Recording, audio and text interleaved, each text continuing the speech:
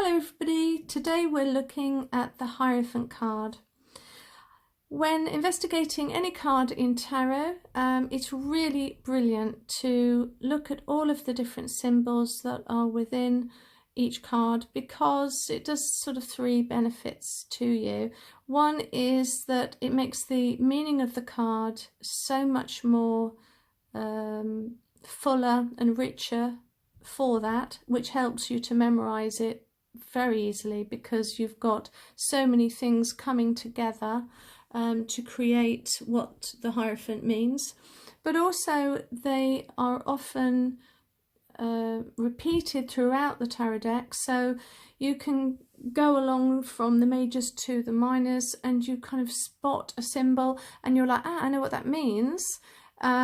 So you're adding to the flavour of what of the understanding and the meaning behind that other card. So it's really useful.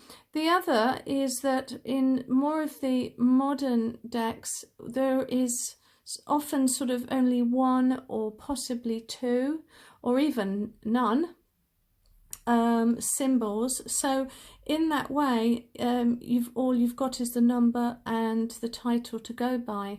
So looking at the traditional, exploring that, it means from then on you can go to any deck.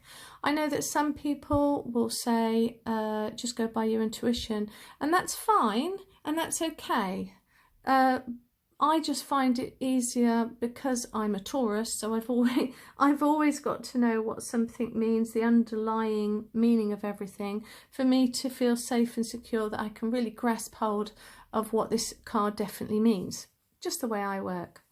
But anyway, so it is going to be a long post, so if you want to just click to somebody else, that's fine with me. But if you're still here, then let's get on the journey. I'd sort of pause this, go and make a cup of tea, come back, and let's meditate on this, because this card has two big pulls at it. And just because it was created in the age of Pisces, we're now birthing into the age of Aquarius, and this card has a completely different meaning to it. And definitely the brand new decks that are coming out, completely different. So it's important to know that in that transitional phase that we're in, what on earth does the Hierophant card mean? So just get myself comfy as well. Right, so let's start off then with the number. So it's number 5. Now number 5, when I think of that, I always think about the container. Number 5 is the container because it holds the 4 different elements within that container, creating the ether. It's kind of this marriage of all the different elements together, thus creating number 5. Now what it creates, we're going to go into, because what is that ether? What is that ether for you, let alone what is the ether? And that's very much along what the Hierophant, the problems, the problematic look at what the Hierophant can mean. We have also the card for Taurus. I'm a Taurus, and this being my card, it kind of, as I've investigated into this, it really does embody kind of me, and not something that I really want to admit to, but it might help you understand. So I'm really proud of my little home. I've not got a big house, but I've got a small flat, an apartment, and but in it everything has its place. I look round, it's not flashy, it's very homely, but everything has a place and has a job to do. I'm so weird about it that when it comes to ornaments, I really don't do ornaments in my house. Unless it is got an actual role, I don't like to have that much fuss around it. Does that mean my house is empty? No, it isn't. But but everything has a role and a job, very much like the Hierophant very practical, like the Hierophant card. Everything being very cognitively placed, as in the Hierophant card. So here it's called different names. It could be called the Hierophant, the Pope, the High Priest. And really you've got the High Priestess for number 2. She's the archetype. So we've got the pairing of the High Priest and the High Priestess, or the Hierophant. But the High Priestess is talking about the inner truth. This priest, he's talking about the outer way, how it's manifested, the dogma of the church and its establishment and traditions. Remember, this was written in a time when Smith and Waite were both members of the Hermetic Order of the Golden Dawn. Go and look that up. And so the imagery is all round here. No other card, I feel, is as complicated in its explanation, because a lot of people don't really understand what the symbols or where they're coming from when they were talking about this. And this is why it's going to be a longer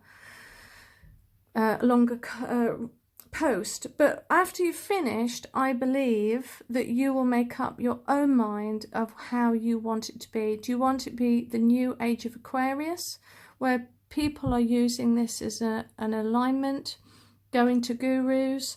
I mean, I believe in, you know, we've almost kind of, we're seeking gurus, but we're almost coming to a phase where we're coming out of the guru, and we are actually, although they are there, we are actually seeking things for ourselves, going up that Jacob's ladder on our own. But until we are in the state of having complete alignment with our spiritual selves, we are going to still need somebody to lead the way. The difference is that this way everyone bows down and follows regardless, and the mysteries are hidden from us. Here we have a leader who says, well, I've done all the training because I was interested in it, and now I want to pass it on to you. And it's much more an act of service and love and empowerment. So, okay, I've said all that. I've written about 2 hours of 2 hours of notes that I'm trying to break down to 15 minutes. Okay, so here we go. Here's the start. 2 gold keys. Here we have 2 gold keys in the original Smith Rider-Waite, and this indicates that those who follow this outer doctrine only will won't find any sort of esoteric or mysteries. It will be hidden from them. Where we go to the more modern decks, and this is the Witch's Tarot, and we have the silver and the gold. The silver and the gold represent the outer, but here is included the inner, the feminine and the masculine.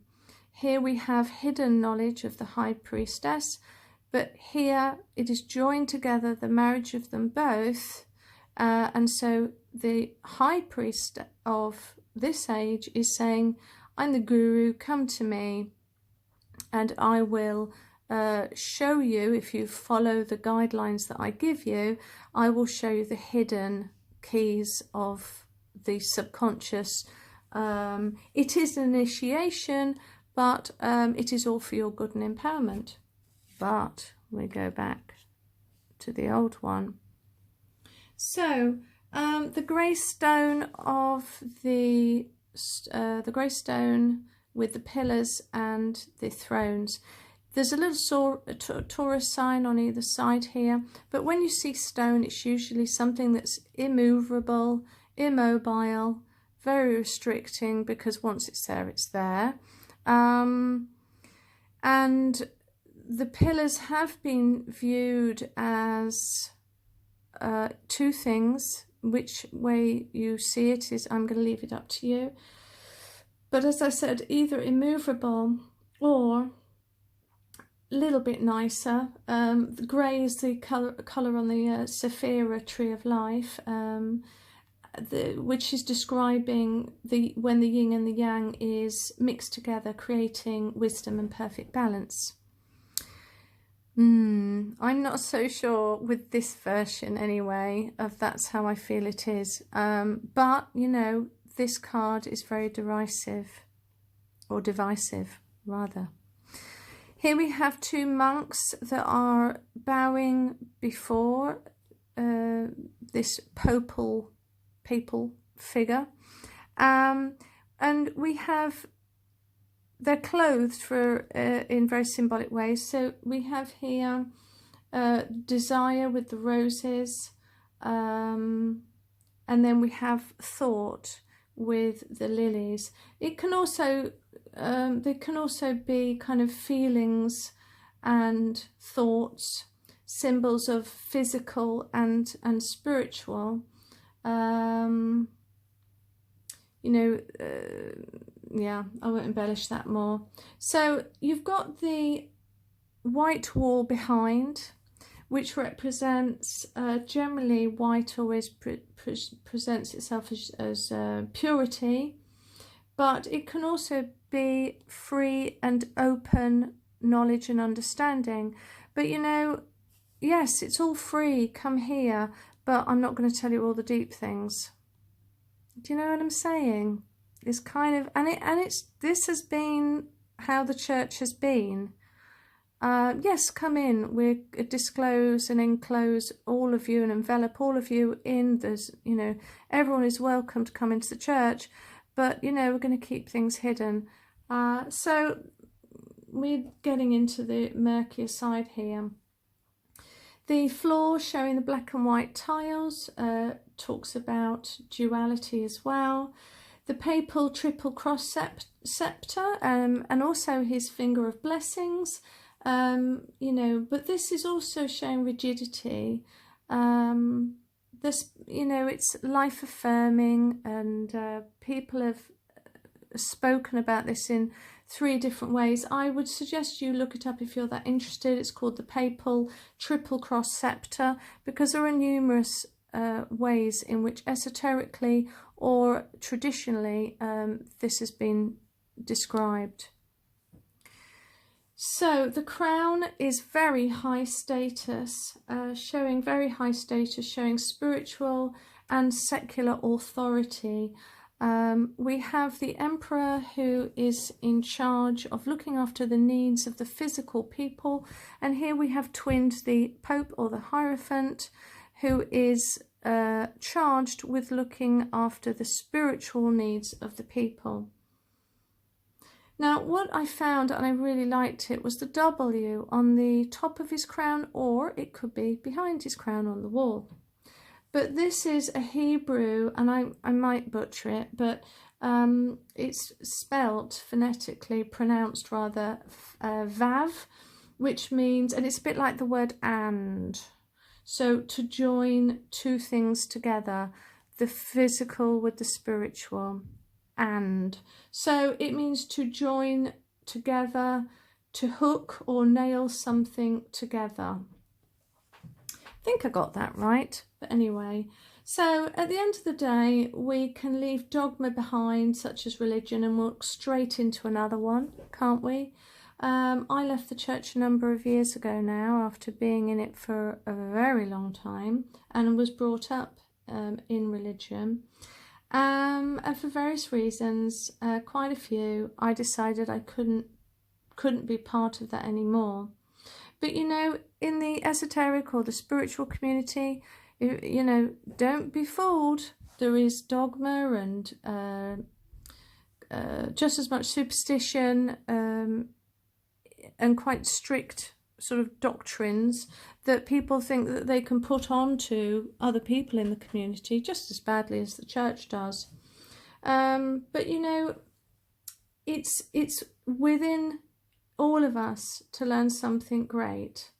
And then, you know, we can't help but, you know, humankind, we make a law of it that we feel other people should follow. And that is why, you know, learning not to judge and to be walking in love is so very difficult for us as humans. You know, you're in or you're out, you're right or you're wrong, we've chosen you to be part of the clique, or you're not, you're out. So possibly we're not ready yet to get rid of the collective. Possibly being part of establishments is still something that we require. We're very reliant on each other to learn something. You know, we subscribe to YouTube channels, for instance. We make regular comments and you know, like videos. No hint there, just a bit. And then before we know it, you know, you've become a little community. Just in that one channel, you begin to recognize names, you start chatting to people. We can't help but make communities. It's just the way we are. So let's look at some of the meanings then for what this card means. The usual that people say is baptisms, weddings, marriages, teachers, traditions, ceremonies. Talking about forgiveness, the status quo, formality, institutions, fixed belief systems and discipline. Now, upright and reversals are slightly different. So when, yes, we look at this as a marriage is coming, or a commitment is coming, or some form of tradition, a family tradition or a work tradition, or something's coming up, good advice, forgiveness for past sins, stick to the status quo, those sorts of things. These can all be part and parcel. And before I get rid of this card, I just want you to think about the reversals while you look at them. Commitments we don't want, outdated traditions, judgment for lifestyles. So if I turn this over, okay, and just focus on what I'm saying. Judgment for your lifestyle, or you judging other people's lifestyles, being punished for doing the right thing, freedom, getting away from the establishments, having a personal conviction against, you know, rebelling against either people at work or in a relationship or family situation. Inflexibility and intolerance to others, closed-mindedness, narrow-mindedness, unsuitable advice, making a poor decision. Because this way, rightly or wrongly, in our communities and our establishments, on the whole, he's supposed to be making wise decisions for the masses. He's supposed to be somebody that we can turn to, who is going to give us something that's going to help our overall general well-being, or our spiritual well-being, possibly, but definitely a practical advice. So let's move over and get that out of the way and have a look at these three cards then. So when any tarot card representing 5 is placed before you, there may be a source of power and control that is becoming increasingly dominant. With the old card, that was very, very relevant. Okay, that's very, well, it's very evident. So what is it that holds sway over your thoughts or efforts? Sexual prowess and addictions and commitments can all enslave us.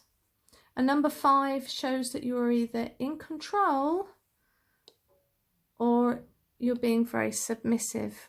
And in the modern cards, they don't really show it. In this card, we can see that there is somebody in control and there are people who are submissive. So this card in this version says, which one are you? You know, sometimes there's an argument online that I've seen. Well, it's not an argument, but it's like conversations, shall we say, where people say, oh, people don't like to read reversals because they don't want to really look at the bad side of life, and they don't want to tell their readers or their watchers the bad news. I don't tend to read reversals, but not for that reason. I don't tend to read it because I allow my intuition to come in, and I always tend to say, okay, the Hierophant card has come up. We can see it's an institution. We can see that there is a situation where there may be an authority over you that you must either go to and take notice of, and or be a bit more serious about what you're doing, get back into the habits of doing things. But I will let my intuition talk to me, and if I need to say to somebody, but don't be a slave to it. You know, at the end of the day, you've been given free will, you've been given your own understanding. So when you go into this situation, don't let go of that.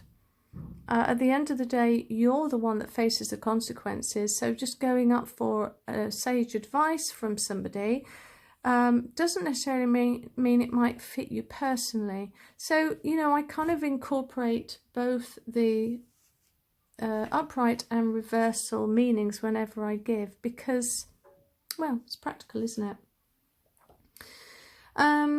You know, there is power in every single relationship. And trust me, there's been a number of yoga instructor kind of issues of abuse of their station in the press. I know that. But there's always power in every relationship. Sometimes it swaps between partners, let's say. You know, there are areas where if you're in a partnership, he takes the lead or she takes the lead, and then there's times where you'll take the lead. And in that situation, you know, that's very equal. But if you're in a relationship where there is somebody who is always taking the lead and the other person is always in submission, then you've got an imbalance.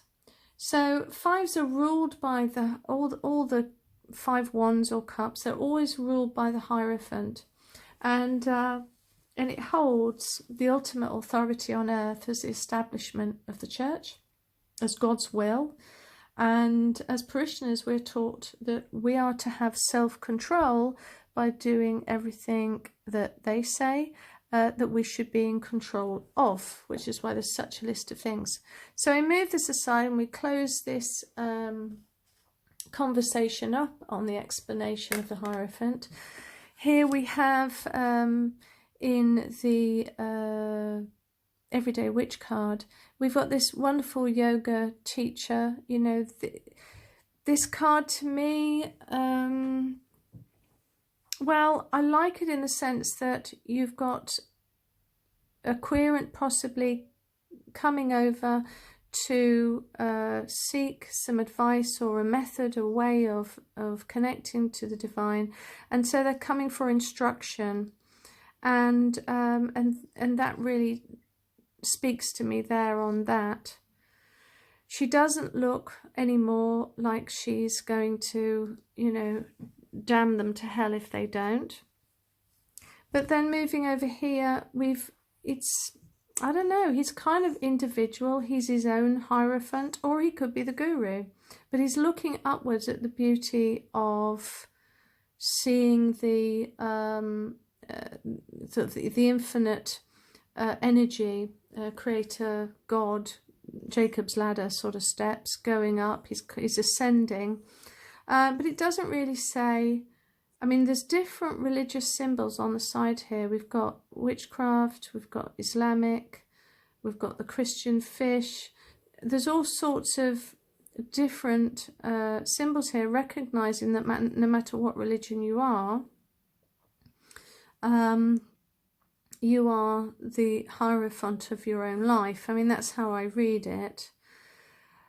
So to me, you know, I mean, I had to get out the books and have a look at what these meant. And in the Everyday Witch, it said, you create your spiritual path every time you take a step. So listen to those who came before you, but make it your own. Totally different than this one here.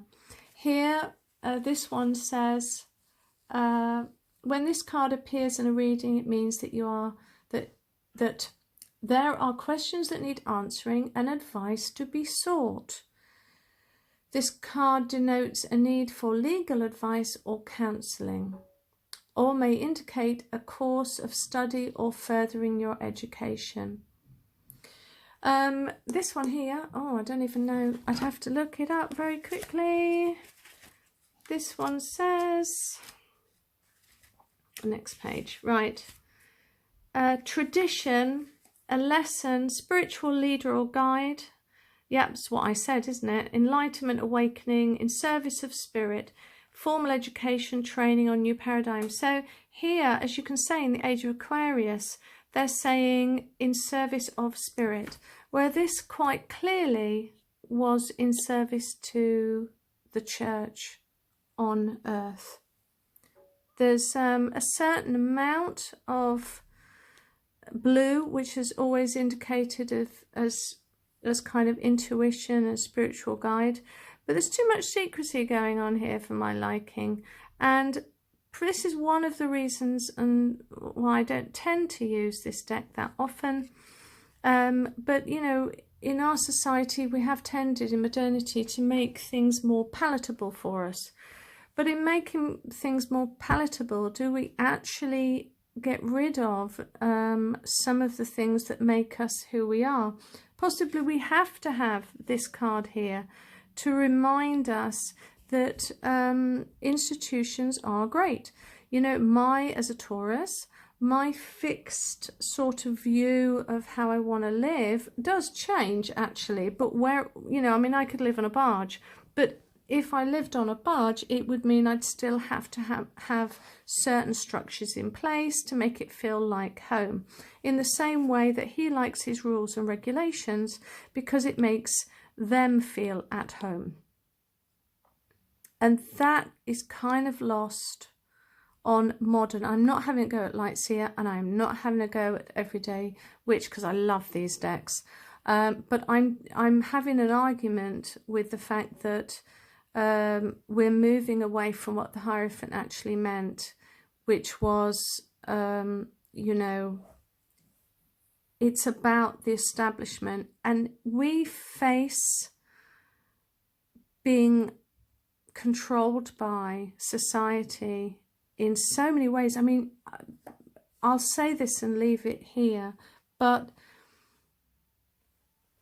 we if you've not seen the news, if you've not, you know, watched films over the last 3-4 years, and you've let this pass you by, I'm here to tell you that the establishments are falling. The establishments are going. People are refusing to be unquestioning in their devotion. They're wanting clarity and sort of openness because they're fed up of the secrets. And so when I look at this Hierophant card, I'm always, particularly this one here, I'm always reminded to say, go to, you know, seek advice, go and, you know, if you want to get married and blah, blah, blah, and there's a marriage coming up for you, which doesn't really say it here, but let's say, imagine it did. But do seek advice. Go to, you know, go inwards and ask yourself, is that what I really want to do? Just because my family are wanting it and they're saying it's wonderful and I'm getting swept away with it, is that necessarily what I should do? Just because this yoga teacher says, yeah, just do this, don't worry about that. I know it hurts, but, you know, push through it. Is that what you should do? I always think that the collective is, you know, we're very fragile when we work as a collective, but we're also empowered when we work as the collective. There's finding that middle ground, and it's only your intuition and knowing who you are and what you believe you want to stand for will tell you if you're in the right community, in the right collective. Okay, I just want to leave it there. Thank you very much for listening.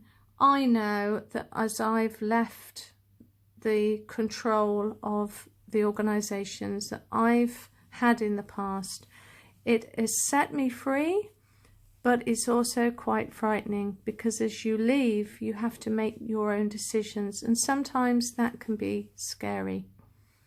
But it's well worth the effort and the experience. Okay, thank you for listening.